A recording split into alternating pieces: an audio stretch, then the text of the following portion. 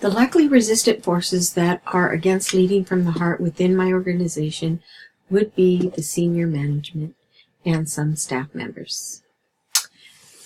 I feel that this is because there are people who work in the organization that may not be happy in the workplace and think that it is a sign of weakness to them if the company was to lead from the heart and not by traditional leadership methods. According to Crowley, the way people feel at work and if they feel their needs are being met will drive them to either be disengaged or engaged at work.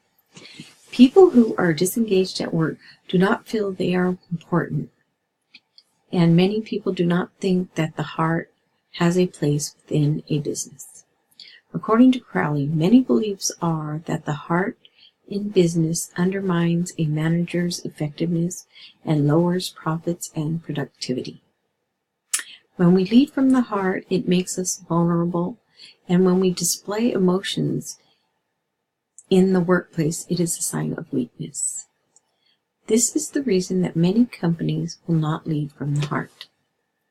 Through my transformational change leadership project in this organization, I will lead from the heart and show workers that they are cared for.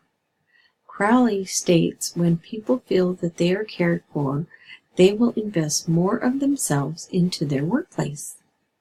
As a transformational change leader, I will need to change myself and adopt practices which will support and honor the needs of each person whom I am in contact with. By treating people with respect and telling them how important they are to the success of the company is one way to lead from the heart. Making sure that workers are satisfied and celebrate people and the successes that occur on a regular basis will show people that they are important and valued. According to Crowley, what people feel in their hearts have immense influence over their performance and motivation within the workplace.